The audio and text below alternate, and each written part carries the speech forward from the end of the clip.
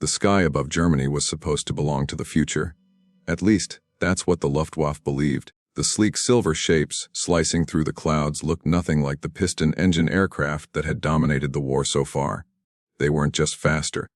They were a new species. Pilots of Messerschmitt Me 262 felt like they were stepping out of the propeller age and into a world of raw, unmatched power. The engine screamed with a sound the Allies had never truly heard in combat. A chilling, high-pitched howl that didn't rumble like a Merlin engine. It sliced, and that sound, to many Allied bomber crews, meant death was coming fast.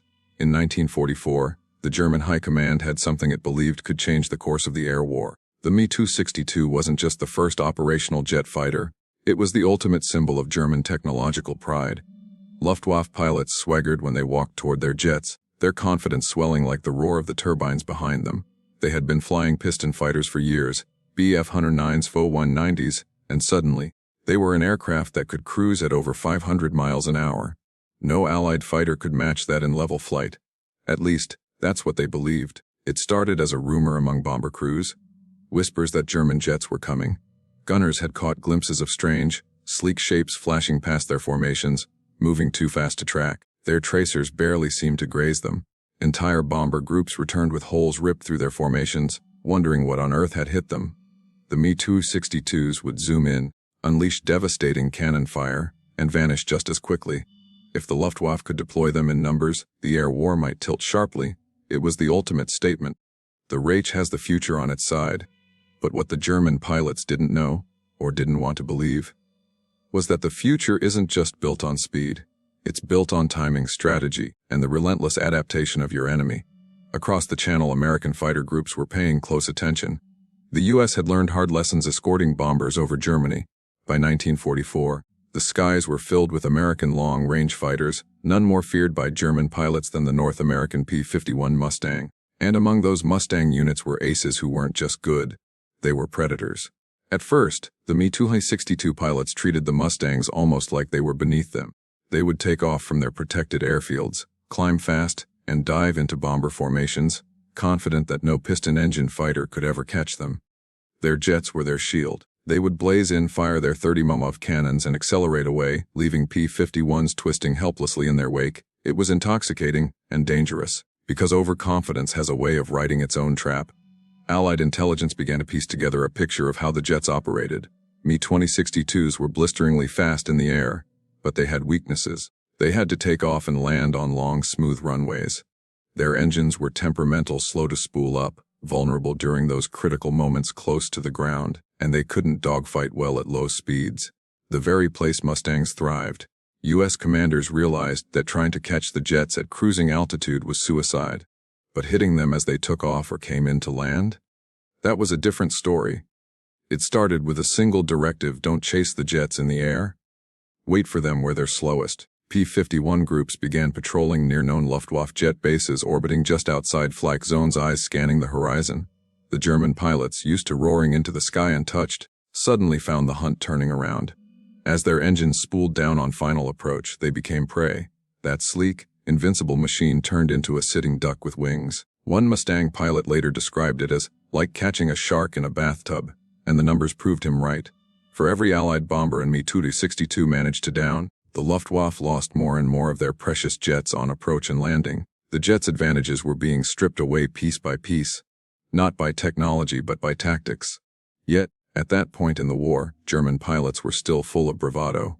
Some would deliberately buzz over bomber formations, firing short bursts and peeling away as if to remind the Allies that the Me 262 ruled the high sky. To them, Mustangs were yesterday's news. But what they couldn't see was the invisible tightening of a noose. The Americans weren't trying to outfly them. They were outthinking them. One of the most chilling encounters happened when a pair of Me 262s streaked toward a U.S. bomber formation over the Rhine. The Mustangs escorting them didn't even try to give chase. They simply noted the direction of the attack, anticipated the return path, and descended toward the airfield they knew the jets would have to land on. Minutes later, the silver streaks reappeared, engines whining as they dropped their gear. Waiting for them low and fast were a group of Mustang aces, patient, silent, and ready. When the 262s crossed the tree line, the trap snapped shut. In less than 30 seconds, two of the Luftwaffe's prize fighters were smoking wrecks on the runway. That moment wasn't just a tactical victory. It was a psychological blow. German pilots began to realize that their technological superiority came with a price: predictability. Every time they launched a sortie, Allied pilots learned a little more about how to counter them. Every takeoff and landing was a roll of the dice. What was supposed to be their shield was slowly turning into their coffin. The irony was brutal. The jet that was meant to terrify the Allies ended up forcing the Luftwaffe to play defense. And while the German pilots continued to flaunt their speed, their power, their invincibility, the Mustang aces quietly prepared to remind them war isn't won by who flies faster, it's won by who strikes smarter. And in the skies over a war-torn Europe, the hunters were waiting. The trap wasn't just a lucky tactic. It became a methodical, calculated operation. By late 1944, American fighter units had learned to weaponize patience.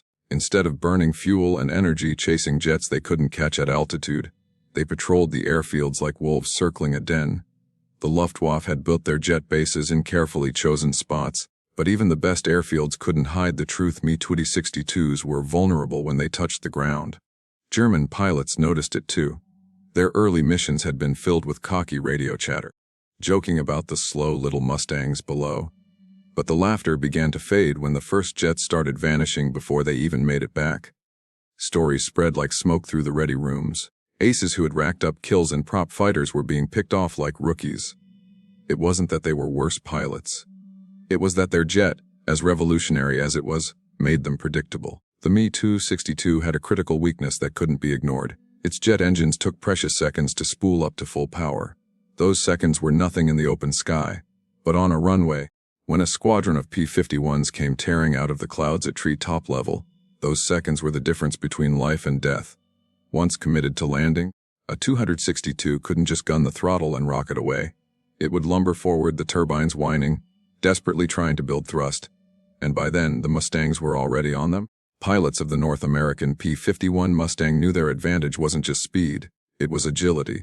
Low and fast, they could weave in below flak coverage, slashing across the airfields just as the Me-262s flared for landing. One pass, a burst of .50 caliber fire, and the pride of the Luftwaffe went up in flames. American aces like to say, if you can't catch him in the sky, catch him where he has to crawl. The Luftwaffe tried to adapt. They increased flak coverage around airfields, ordered jets to land with escorts, even tried to time their missions to confuse Allied patrols. But the Allies had a trump card: numbers. There were more P-51s in the sky than the Germans could ever hope to counter. Every time a Mustang squadron shot down a jet on final approach, they grew bolder. Every time the Luftwaffe lost another Me-262, the pool of trained jet pilots got smaller. The Luftwaffe couldn't afford attrition. The U.S. could. And behind the cockpit glass of those Mustangs were some of the most lethal pilots in the world. Men like Ace Clarence, Bud Anderson, and Chuck Yeager had built reputations on precision, patience, and killer instinct. They didn't need to fly faster. They needed to fly smarter. And smart was exactly how the Me-262s would die. One of the most decisive engagements happened during a crisp morning patrol over Bavaria. A group of P-51s spotted two jets climbing out from their base. They didn't even bother chasing them. Instead, they turned, descended, and set up a loose perimeter around the base. 30 minutes later, the sound of distant jet whine returned. Through the haze, the Me-262s appeared like gleaming silver arrows, lining up for final approach. As they crossed into the landing pattern, the Mustangs pounced. One Mustang came in from the east, another from the south, converging at low altitude like a pair of blades closing on their prey. Before the German pilots could even react, streams of .50 cal fire ripped through their wings. One jet exploded before touching the runway. The second tried to pull up, but the engines responded too slowly. It was a massacre. The ground crews stared in disbelief as smoke billowed across their supposedly untouchable airfield. The jet age wasn't saving them. It was betraying them. The Me-262 had been built to dominate, but in the hands of overconfident pilots and under relentless pressure, it became a trap of its own making. German propaganda tried desperately to hold on to the illusion. Posters declared the Me-262 the thunder of the future. Radio broadcasts boasted about unstoppable jet fighters tearing through bomber streams. And yes, the jets were lethal when they hit bombers. Entire bomber boxes were shredded in seconds. But while bomber crews feared them in the air, fighter pilots were dismantling them on the ground. The Reich's wonder weapon was being neutralized not with superior technology, but with simple, brutal tactics. This was psychological warfare as much as aerial combat. Luftwaffe pilots began to dread returning to base more than they feared the mission itself. They would scan the tree lines on final approach, tense fingers on the throttle, knowing the Mustangs could be anywhere, silent, patient waiting. That fear broke their rhythm. It forced them to make mistakes. Some overshot runways. Others diverted to alternate fields with lower fuel, only to be caught anyway. Meanwhile, the Americans were refining their ambushes like clockwork. They learned to coordinate with bomber groups to draw jets out, timing their patrols to arrive just before the jets came home. They even began targeting the airfields directly, strafing Me-262s on the ground before they ever got airborne. Every destroyed jet meant one less threat in the sky, and for a Luftwaffe already stretched to the breaking point, it was a wound that couldn't heal. But perhaps the most defining element of this clash wasn't technology at all. It was attitude. The German pilots saw themselves as the vanguard of a new era. Their arrogance made them careless. They flew high and fast, showing off their speed rather than hiding their movements. They believed their jets made them untouchable. The Americans, on the other hand, were hunters, quiet, calculating. They didn't need to boast. They just needed to strike when it hurt the most. One captured German pilot would later admit during interrogation, "We thought we were the future. But the future got us killed before it began." There's a moment in every war when technology collides with reality. The Me-262 was a leap forward, yes. But leaps forward don't win wars if they aren't backed by strategy, production, and numbers. For every jet the Luftwaffe could put into the air, the Americans could put a dozen Mustangs. And for every German ace, there were American aces who had spent years honing their instincts in relentless air combat. This wasn't a fair fight. It was a slow, methodical dismantling of Germany's last great hope.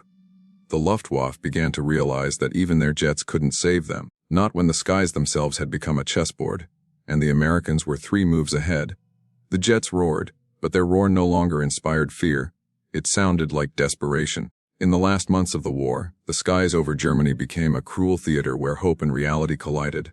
Luftwaffe pilots in their Messerschmitt Me-262s still took off with heads held high, believing they were the chosen few flying the most advanced aircraft in the world. But above the treetops, circling like silent predators, the North American P-51 Mustangs were waiting. They didn't need to be faster. They only needed to be there. Every sortie turned into a calculated gamble for the Germans. When they climbed, they had the advantage. Nothing the Americans had could keep up in level flight. But wars aren't won in climbs and dives. They're won in patterns, in pressure, in predictability. And the Me-262s were now flying along paths the Americans could map like clockwork. It wasn't about luck anymore. It was systematic hunting. One particularly infamous day burned itself into the memories of both sides. A formation of Me-262s took off to intercept a bomber stream headed toward Munich. The jets cut through the sky like silver blades, tearing into the bombers with devastating effect. Within minutes, several flying fortresses were limping home. For a moment, it looked like the future had triumphed over the past. But when those jets turned for home, low on fuel and throttling back for landing, the real battle began. The Mustangs had been waiting. 3 squadrons high above the clouds slowly descended toward the airfield like hawks locking onto prey.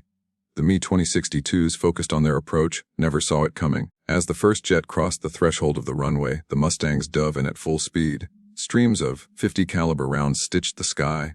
The lead jet exploded midair, a fireball tumbling onto the tarmac. The second tried to turn, but with landing gear down and engines slow to respond, it had no chance. It burst into flames. Within 60 seconds, 4 jets were destroyed. The Luftwaffe had struck hard against the bombers, but they lost almost their entire squadron on their own doorstep. The shockwaves rippled through German command. The Me-262 was supposed to be their trump card, their miracle weapon. But miracle weapons don't work when your enemy studies them, adapts, and turns your strengths into weaknesses. That day, the pilots who had once laughed about slow Mustangs landed, those who could, in silence. Some didn't land at all. As the months dragged on, the Luftwaffe's once proud jet program began to feel less like a triumph and more like a trap. Production could not keep up with losses. Fuel was scarce. Experienced pilots were rarer still. Even the runways themselves became death zones, hammered by relentless strafing runs and bombing raids. Every time a Me-262 taxied to the runway, the men on the ground knew they might never see it again. Meanwhile, the American pilots grew sharper.